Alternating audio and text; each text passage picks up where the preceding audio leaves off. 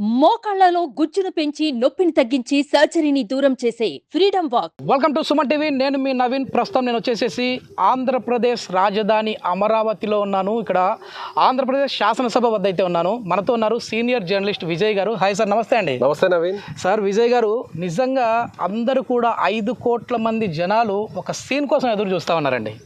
పవన్ కళ్యాణ్ గారు అసెంబ్లీలోకి ఏ విధంగా అడుగు పెడతారు అని చెప్పేసి వీళ్ళు చూస్తూ ఉన్నారు. అంటే దీన్నే నెగిటివ్గా వైసీపీ వాళ్ళు అసలు గేటు కూడా తాకనీయమన్నారు. సో ఇప్పుడు ఎట్లా ఉండబోతా ఉంది ఆ ఎంట్రీ?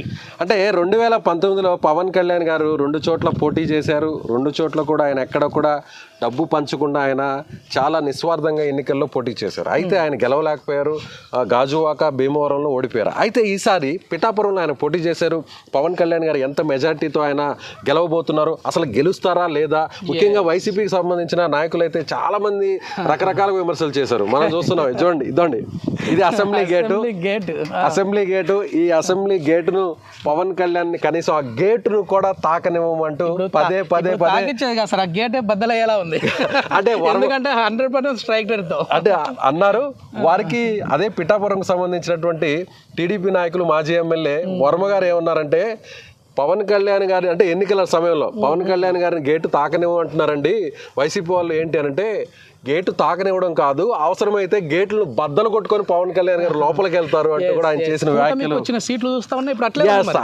అదే రిఫ్లెక్షన్ కనిపిస్తుంది. అంటే ఒక రకంగా చెప్పాలంటే గేటును బద్దలు కొట్టినట్టుగానే దాదాపుగా 21 చోట్ల పోటీ చేస్తే 21 చోట్ల జనసేన పార్టీకి సంబంధించినటువంటి ఎమ్మెల్యే అభ్యర్థులు గెలుపొందారు. అయితే 175 చోట్ల పోటీ చేస్తే వైసీపీ కేవలం 11 చోట్ల. సరే, ఇది కూడా మనం గమనించాలి. నిజం నవీన్. 151 స్థానాలను గత ఎన్నికల్లో గెలుచుకున్నటువంటి వైసీపీ ఈసారి కనీసం ప్రతిపక్ష హోదాను కూడా దక్కించుకోలేనటువంటి సంఖ్యను సాధించుకుంది. అంటే కేవలం 18 స్థానాలు ఉంటేనే ప్రతిపక్ష హోదా అనేది దక్కుతుంది. ఇప్పుడు కేవలం 11 స్థానాలకే పరిమితం అయిపోయింది వైసీపీ పార్టీ. ఇంకొక భయం సార్ ఏంటంటే, ఉన్న సీట్లలో అందులో కూడా ఈ 11 మంది ఉంటారా లేదంటే మళ్ళీ వేరే పార్టీలోకి వెళ్తారా అన్నట్లు కూడా క్వశ్చన్ మార్క్ ఉంది. ఎందుకంటే అసలు ఈ 11 కూడా కాదు, 9 సీట్లే రావాలి వీళ్ళకు. నవరత్నాలు అని ప్రజల్ని మోసం చేశారని టీడీపీ వాళ్ళు అంటారు. రాజకీయాల్లో రకరకాలుగా ఒకరినొకరు విమర్శించుకుంటారు. అది రకరకాలుగా రాజకీయ నాయకులు చేసేటువంటి విమర్శలే. అయితే ఇక్కడ మనం ఒక విషయాన్ని ప్రస్తావించాలి.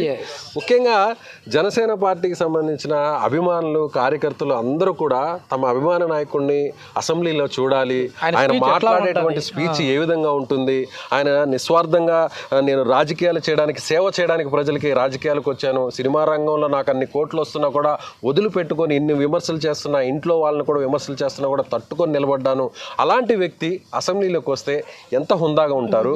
ఆయన చేసే స్పీచ్ ఎలా ఉంటుంది? విజయ్ గారు, చెప్పండి. ఏంటంటే ఎక్కడ చూసినా పవన్ కళ్యాణ్ గారి స్పీచ్లు ఆవేశపూరితంగా ఉంటాయి కొన్ని సందర్భాల్లో మనం చూస్తే. మరి అసెంబ్లీలో ఎట్లా ఉంటుంది? హుందాతనంగా ఉంటుందా లేదంటే ఇక్కడ కూడా వైసీపీ వారు ఏదైనా మాట్లాడాలని చూస్తే అర్చకుండా కూర్చోండి అనే విధంగా ఉంటుందా? అంటే జనరల్గా సినిమాలో ఉన్నటువంటి హీరోలందరూ కూడా ఆయన పవర్ స్టార్ పవన్ కళ్యాణ్ ప్రత్యేకంగా చెప్పాల్సిన అవసరం లేదు. ఆయన డైలాగ్స్ అన్నీ కూడా ఏ విధంగా సినిమాల్లో ఉంటాయి, మనం ప్రత్యేకంగా చెప్పాల్సిన అవసరం లేదు. సో అసెంబ్లీలో కూడా అలాంటి పంచ్ డైలాగ్స్ ఏమన్నా పవన్ కళ్యాణ్ గారు వేయబోతారా? ప్రత్యర్థులకి నేరుగా ఆయన పంచ్ డైలాగ్స్ వేస్తారా? అన్నిటికంటే కూడా ముఖ్యంగా జగన్మోహన్ రెడ్డి గారి గురించి ఆయన ప్రతి సభలోనూ, ఆయన వారాహి మీద బహిరంగ సభల్లో కూడా అనేక రకాలుగా ఆయన చాలా పదునైనటువంటి విమర్శలు చేసేవారు.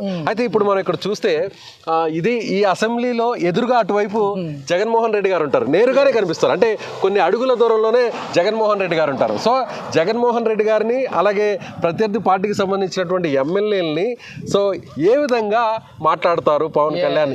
నేరుగా విమర్శిస్తారా లేదంటే పంచ్ డైలాగులు వేస్తారా? లేదంటే హుందాగా ఆల్రెడీ ఆయన చెప్పేశారు, నిన్న జరిగినటువంటి ప్రెస్ మీట్ లోనే చెప్పారు, ఇకపై మనం హుందాగా ఉండాలి. 5 కోట్ల మంది ప్రజలు మన మీద బాధ్యతను ఉంచారు, కక్ష సాధింపు ఉండదు.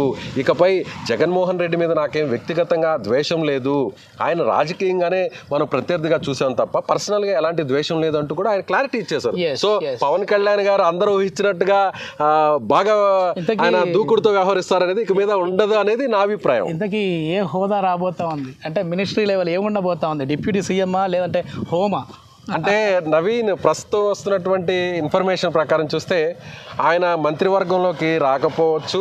ముఖ్యంగా ఆయన ఊరుకుంటారా సార్? అంటే ఆయన ఒక రకంగా చెప్పాలంటే మంత్రి పదవి కంటే కూడా అంతకంటే ఎక్కువ బాధ్యతలే ఆయన తీసుకోబోతున్నారు అనేది కూడా స్థాయి నుంచి కేంద్రంలో ఉన్నటువంటి అక్కడ ఒక కీలకమైనటువంటి పదవి రావచ్చు, లేదంటే మొత్తం ఈ ఎన్డీఏకి సంబంధించినటువంటి ఒక పదవి వచ్చే అవకాశం ఉండొచ్చు.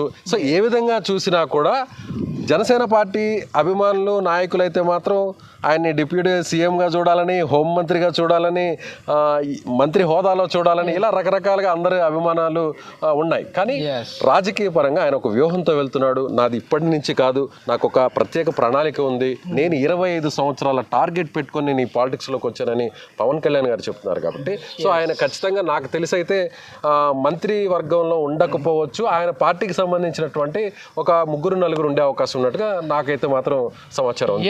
చూద్దాం సార్. అంటే సమావేశం కూడా ఎప్పుడు ఉండబోతోంది, ఏమైనా న్యూస్ డేట్ అనేది? అంటే 12న ప్రమాణ స్వీకారం జరగబోతుంది. 12 తర్వాత అసెంబ్లీ సమావేశాలు 18 లేదా 19న జరిగే అవకాశం ఉంది.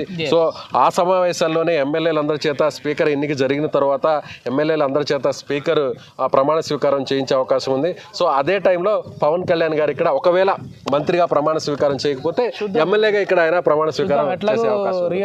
మామూలు సినిమాలో హీరో రియల్ లైఫ్లో కూడా హీరో అనిపించుకున్నారు. ఇప్పుడు 21 సీట్లు నెగ్గి.